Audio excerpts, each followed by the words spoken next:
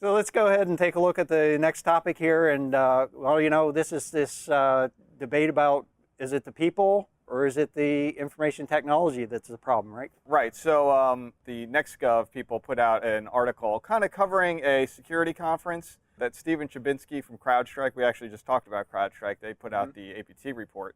This was a keynote speech that he gave at the Akamai Government Forum.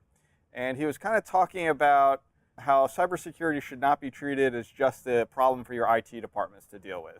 But he also kind of painted a very doom and gloom kind of perspective of, in the future here, we're going to start seeing the ability to pop in an audio CD into a car, and it's going to install malware that could compromise the acceleration, the braking, things like that.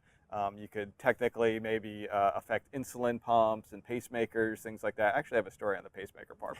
And then how, nowadays, and we're talking about APT, malware's become fairly undetectable by antivirus. They've implemented a lot of techniques to keep changing their malware such that the antivirus vendors can't keep up. Even heuristically, it gets difficult.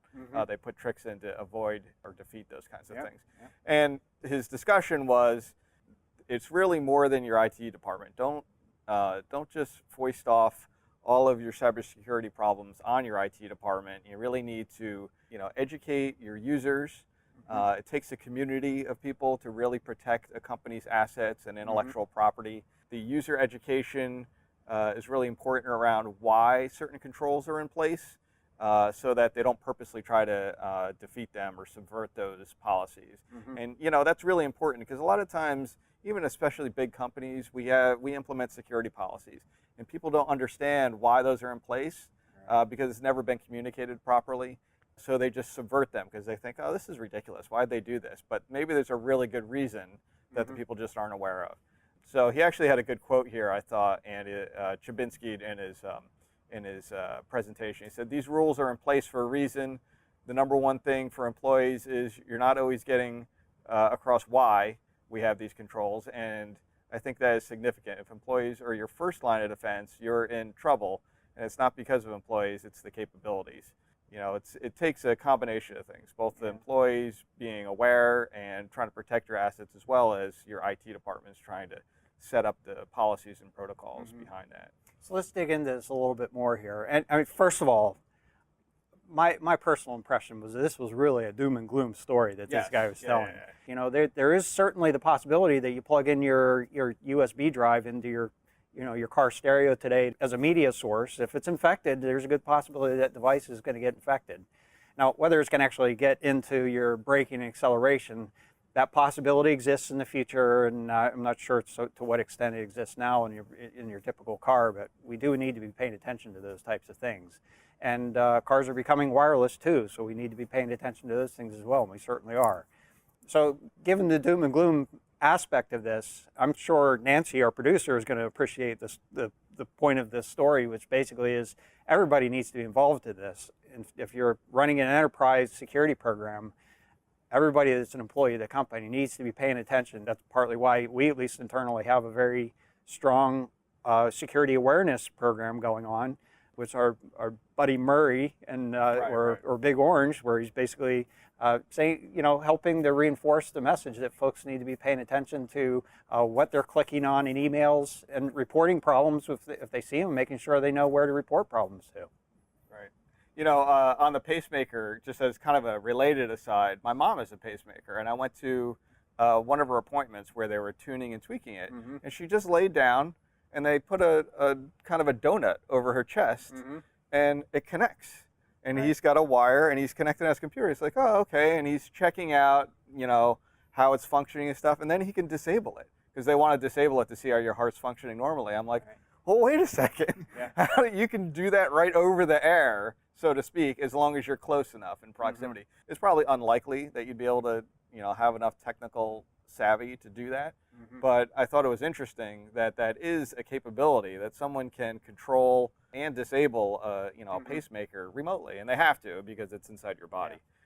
But interesting little aside that I learned a lot about that during that doctor's visit with her. Mm-hmm. Yeah, well, and actually, in fact, I think we covered it in this program some time ago. I think it was actually a couple of years ago, sort of the infancy of this program, I suppose. But we did talk about this sort of topic, and I think what has been, it was an issue of controversy being able to control pacemakers, and I think some controls have been put into the modern ones to make sure that it's an authenticated source that's able to control the device. Right. So, and this is part of the process of learning, which kind of gets to my next point, and that I agree, as a practical matter, everybody needs to be involved in security. That's just the state of technology that we're in. But at the same time, I still think it's fundamentally an IT problem, or more generally, a software industry problem, that we really have not solved some of the basic problems that need to get solved. We shouldn't be dependent on passwords. We shouldn't be worried about going to a link and it basically taking over a machine and it basically advancing its privileges on the machine. Those controls are fundamentally flawed, and to the extent that we can improve the quality of our tools and improve the effectiveness of the tools, we still have an opportunity as a part of the technical industry, in information technology, software tools, to really improve the security of our infrastructure and not be so dependent on end users to do those protections. Right. Yeah, I definitely agree with you that there are certain things that are the low-hanging fruit, like you mentioned, phishing type attacks, where it's just in email they make it so easy for you to click a link and get infected.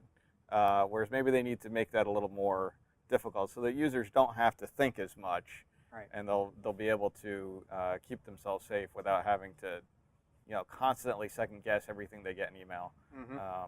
Right. Well, you don't do that already? I know I do, but I don't think most average users are. We're in the security field, so I suspect everything. I get org announcements, and I don't open them up unless in a sandbox, because I'm just paranoid. Right. But in any event. And it's right to be paranoid, particularly in your position. We're working as security analysts. It makes sense. Comparatively speaking, if you look at the software development practices in the aviation industry, specifically in fly-by-wire systems, it's much more constrained. Is that the right word?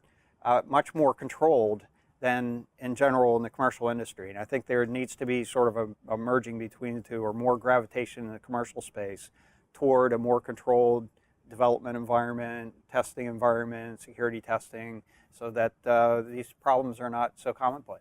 I think in that case, you've got how many millions of dollars of metal and wire and computers. It's all about the stakes and the perceived or actual business risk associated with it, and applying the right amount of due diligence associated with it. You're absolutely right. And to that point, Steve Chabinsky, who gave this presentation, he is the Chief Risk Officer, and like you said, it is about risk. Well, he's paid to be paranoid. Right. Right. So. Right. Absolutely. I'm sure he's getting a lot of pressure from other sides of the industry as well.